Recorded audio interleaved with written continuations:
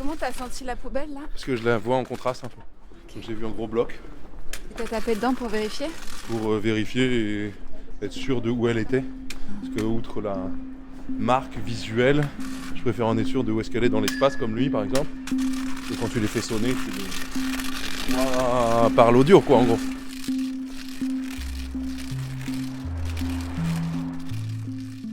Moi, c'est Arthur, j'ai 33 ans, j'aime faire du sport, des randonnées en montagne, me déplacer pour changer d'air, sortir, boire des cafés avec des amis, jouer de la musique. Et pourtant, je ne peux plus vraiment compter sur mes yeux depuis mes 13 ans.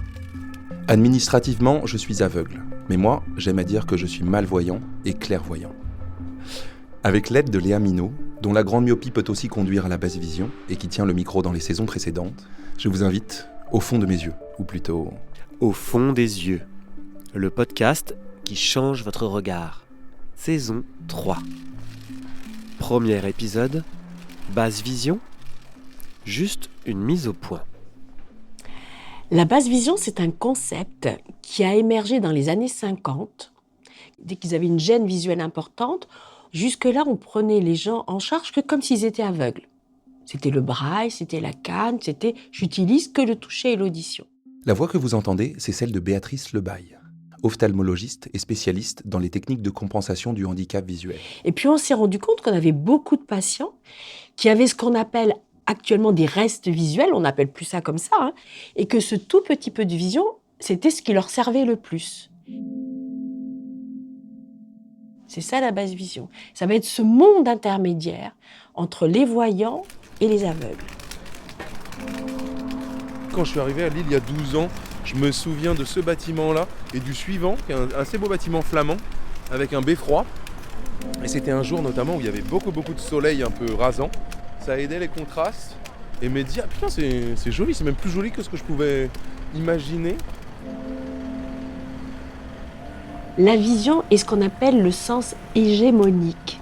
C'est un sens qui va un peu écraser les autres dans votre fonctionnement normal et qui va prendre le dessus par rapport à toutes les informations. On estime que selon les activités, 70 à 80% des informations arrivent par les yeux, si bien que quand vous perdez de la vue, ça va retentir sur pratiquement tous les domaines de la vie, sur la communication, la relation aux autres, le travail, les déplacements, etc., etc. C'est en ça que c'est un handicap particulier. Gros poteau là. Ça aussi maintenant je la connais mais il y a des travaux là. Rouge, piéton. Rouge, piéton. Actuellement, le problème, c'est la rue. C'est les traversées de feux sonores ou pas.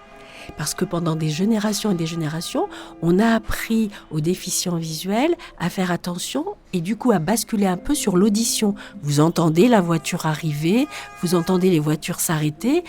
Ça conforte votre information visuelle et vous pouvez traverser. Actuellement, on a des gros problèmes avec les trottinettes électriques, avec les vélos, avec les voitures qui ne font pas de bruit. Alors c'est très bien. Pour les déficients visuels, c'est catastrophique, hein. C'est un problème qui n'a pas été suffisamment anticipé. Voilà. Et là on peut y aller. Donc dans toutes les villes de France, ils sont censés avoir des feux qui sont compatibles sur ces télécommandes là. Donc c'est un truc qui n'est pas forcément très connu d'ailleurs par les malvoyants eux-mêmes. Ça c'est un des premiers trucs utiles pour la mobilité des gens quoi. Attention. Bonne journée. Tu dis toujours attention, bonne journée. Je dis attention parce que j'aime pas avoir le réflexe de dire pardon, au sens de c'est pas à moi de m'excuser tu vois. Donc je dis attention, l'air de dire bah attention je suis là, pousse-toi en gros, mais sans trop le dire. Et puis bonne journée pour être sympa quoi. Quand vous êtes malvoyant, que vous y voyez suffisamment pour vous déplacer tout seul sans avoir besoin de canne, mais que vous êtes quand même réellement gêné pour voir les directions, pour appréhender les escaliers, pour les descendre, pour être ébloui, tout ça, ça va passer complètement inaperçu. Les gens vont vous bousculer, les gens ne vont pas faire attention à vous, ou au contraire vont être un peu agressifs parce que vous marchez trop doucement, parce que vous vous arrêtez en plein milieu pour essayer de regarder l'indication, etc., etc. Vous avez les millions de personnes malvoyantes, énormément gênées dans leur vie courante et qui passent totalement inaperçues. Et là, ça va être un véritable handicap invisible qui va être très compliqué à vivre. Parce que même votre entourage proche va l'oublier au fur et à mesure.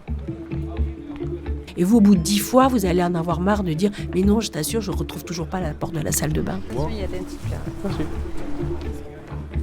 Est-ce que c'est embêtant quand je te dis attention ou est-ce qu'il faut pas que je le fasse? J'ai l'impression d'être comme avec quelqu'un que je dois protéger du coup. Et alors ça, tu viens d'expérimenter l'image que beaucoup de gens ont, ou le ressenti que beaucoup de gens ont de « il faut que j'aide la personne ». Parce que sans doute qu'à sa place, à ma place, tu serais en difficulté. Mais c'est sûr qu'à chaque fois, ce que j'entends, c'est moi je vois, je sais. Un peu au fond, c'est ce que ça peut laisser passer comme message. Je pense que d'abord, il y a un respect à avoir vis-à-vis de la personne en face.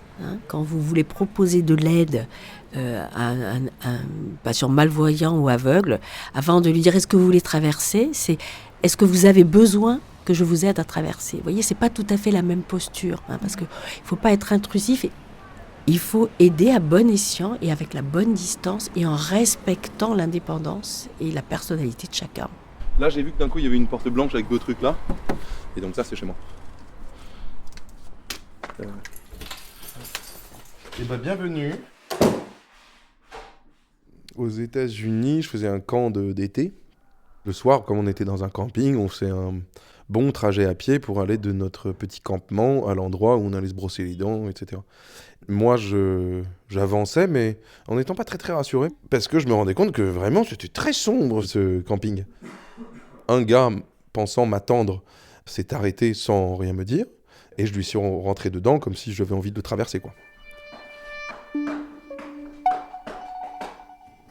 En septembre, je vais voir l'ophtalmo comme je faisais souvent, tous les ans ou 2 ans, pour changer de lunettes, et puis je lui parle notamment de la difficulté la nuit. Et c'est là qu'elle tilte tout de suite parce qu'on était allé faire différents tests, et chez moi, ça mettait bien en exergue que il y avait certaines couleurs ou certains flashs, etc., qui n'étaient pas tout à fait reçus, donc il y avait sans doute un problème sur les photorécepteurs.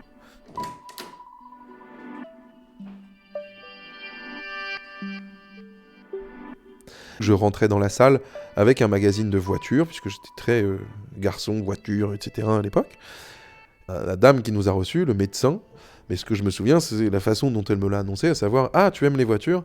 Alors justement, il faut bien comprendre que tu ne pourras pas passer ton permis, tu ne pourras pas conduire. Donc en gros, je prends un élément que tu aimes, dans quelque chose qui parle au patient, pour lui expliquer quelque chose de plus compréhensible. Mais derrière, il n'y a aucune proposition de solution. Qu'est-ce que tu pourrais faire pour ta mobilité ? Si tu as envie d'utiliser quand même une voiture, tu pourrais imaginer le faire, des cours de pilotage sur un circuit. Même des gens malvoyants qui ont monté une association à Toulouse qui s'appelle les Mirovolants et qui font de l'acrobatie avec des avions. Donc il y a beaucoup de choses qui sont possibles. En théorie, on a des recommandations de bonnes pratiques là-dessus, de prendre le temps, d'avoir une relation particulière avec le patient, d'essayer d'expliquer les examens, etc., etc. Mais pour l'avoir fait de nombreuses fois, même en reprenant les éléments médicaux, moi j'avais l'impression d'être à ma place, de prendre mon temps. C'est tellement violent pour la personne qui est en face que souvent ça ne peut être que mal perçu. C'est trop douloureux au départ. Il faut respecter ce moment d'annonce, ce moment de sidération, ce moment de douleur, de façon à pouvoir après le reprendre. J'ai vu des patients comprendre, mais l'accepter, pour moi, ça fait partie d'inacceptable.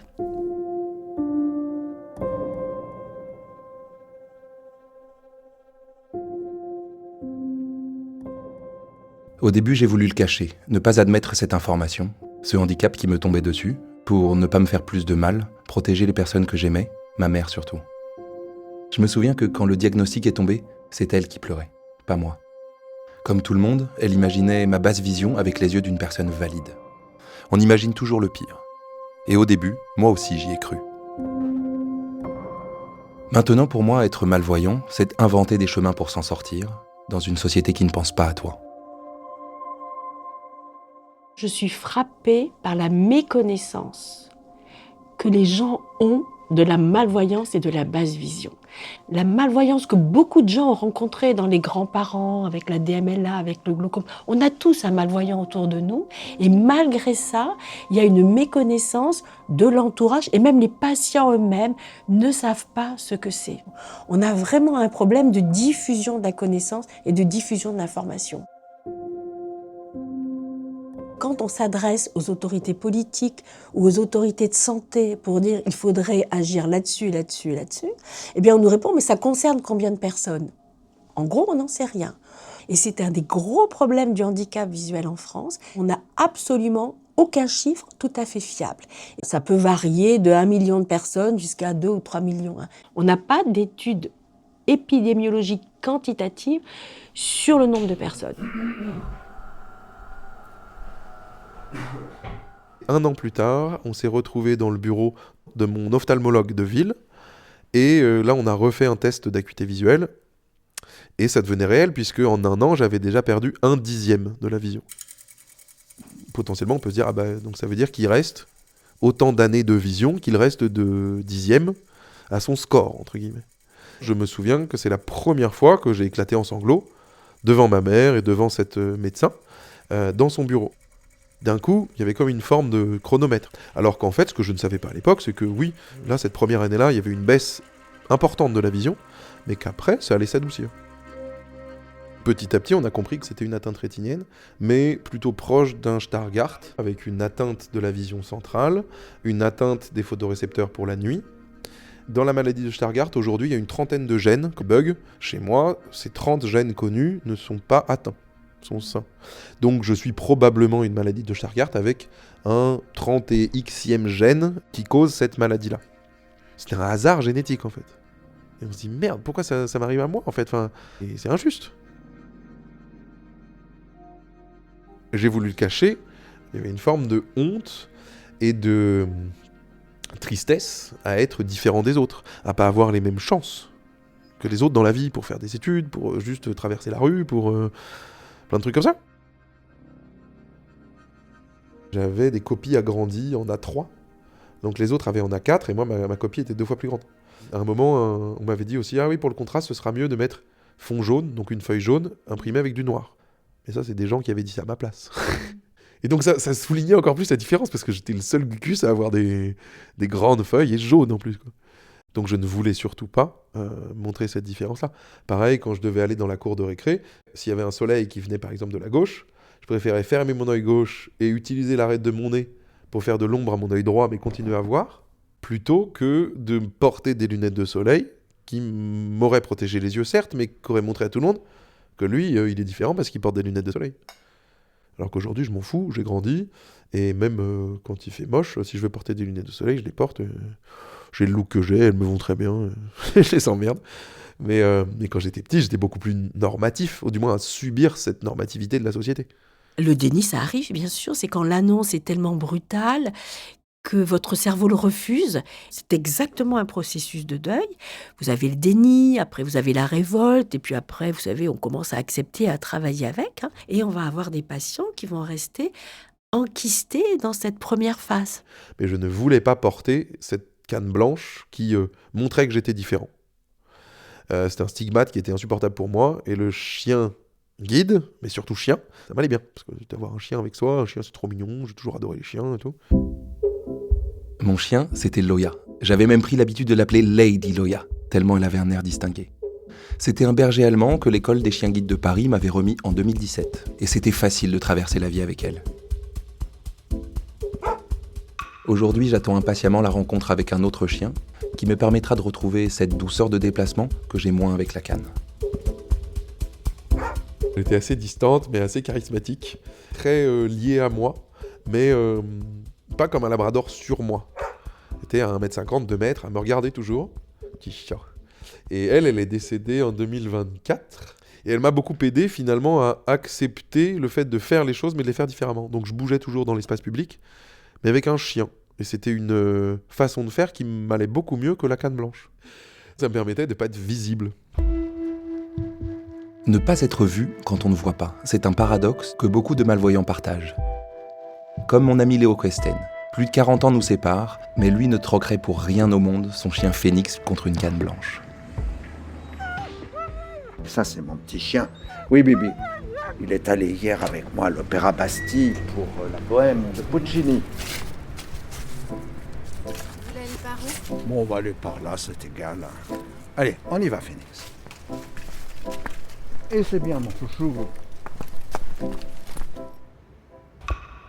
En France, on va remettre un chien à des personnes qui sont suffisamment autonomes, c'est-à-dire qui sont capables de se débrouiller tout seuls avec une canne blanche, de façon à ce que ce ne soit pas dépendante du chien. Mais c'est un vécu qui est quand même très lourd, et il faut se rappeler que ce sont des chiens travailleurs. C'est pas uniquement un compagnon de vie, hein. C'est un outil particulier. Ça va être un peu dur de dire ça, hein, mais le chien guide, c'est un outil de déplacement. C'est les yeux d'une certaine manière. Mais d'un autre côté, ça vous demande d'avoir de la place, ça vous demande de savoir l'amener chez le vétérinaire, de remplir sa gamelle, d'aller le promener suffisamment pour qu'il fasse pas que du travail, hein. On y va, oui, quand il est au harnais, il bosse. C'est un compagnon à part entière, hein.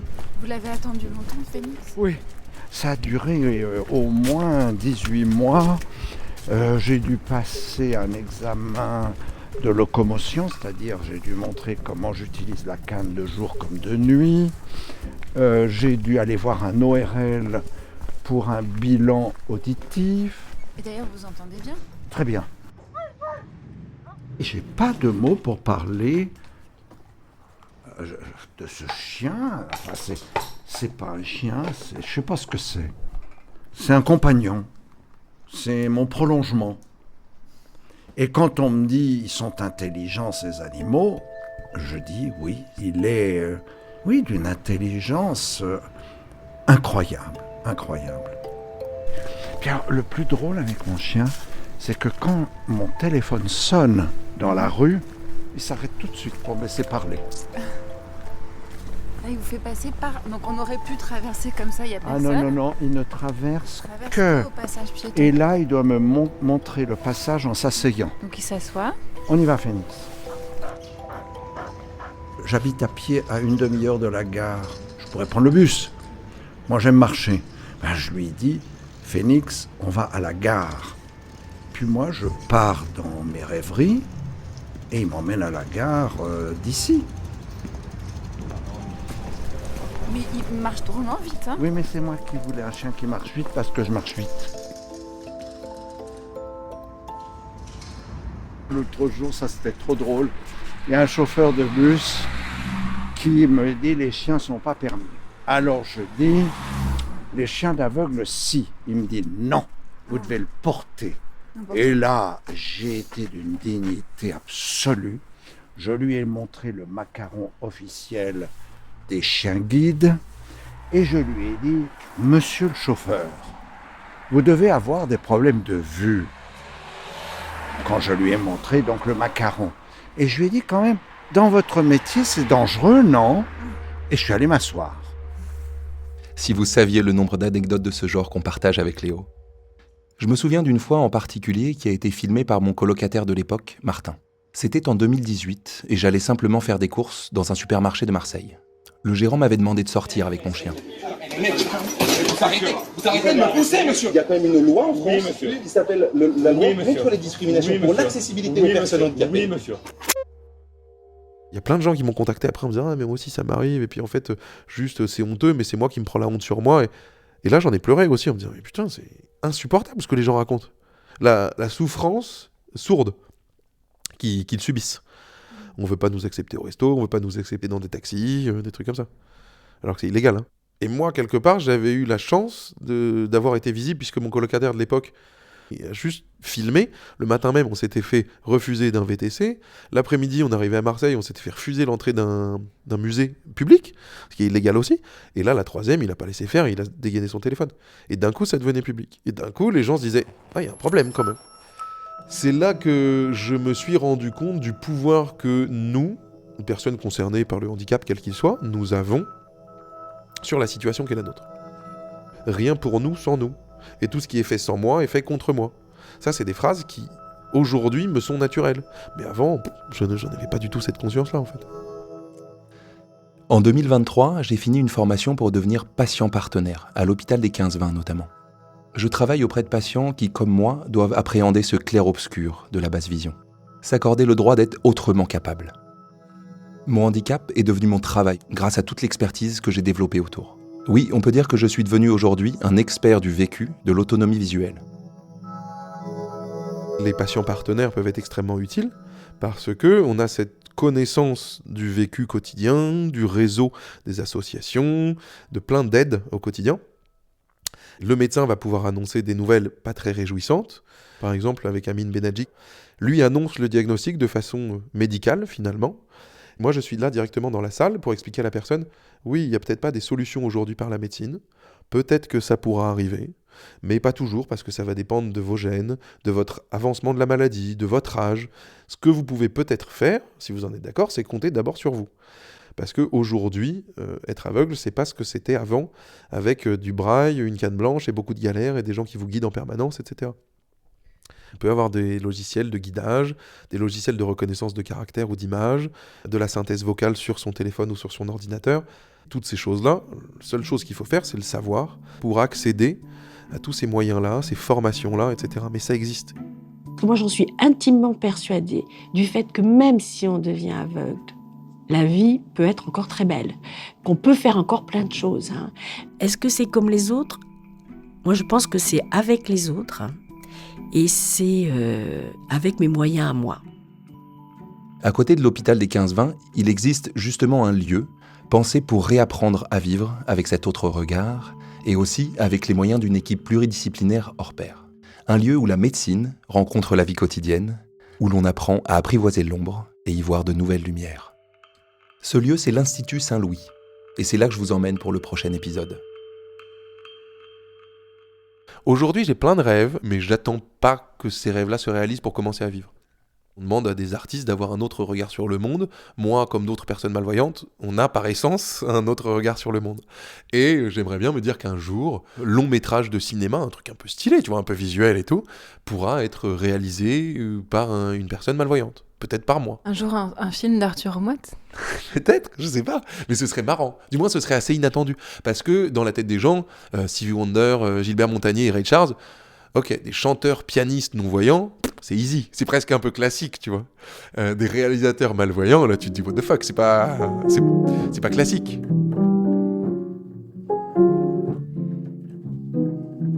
C'est un piano transparent. Oui, j'ai fait rajouter ça. Et les pieds sont en plexi.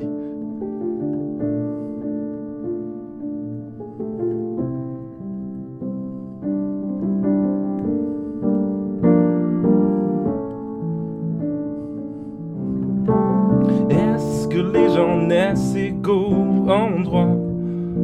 À l'endroit où ils naissent, que les gens naissent égaux en droit. C'était Au fond des yeux, un podcast original de l'hôpital des 15-20, l'Institut de la Vision et l'Institut hospitalo-universitaire Foresight pour la vision. Pareil ou pas, égaux en droit. Pareil ou pas, égaux en droit. Pareil ou pas. Avec la complicité d'Arthur Omouat et de Léo Costen, patient partenaire malvoyant. Choisis pas sa famille. La docteure Béatrice Lebael, ophtalmologiste spécialiste en basse vision. Les trottoirs de Manille, de Paris ou d'Alger pour apprendre à marcher et être né quelque part. Une production de Studio Oz.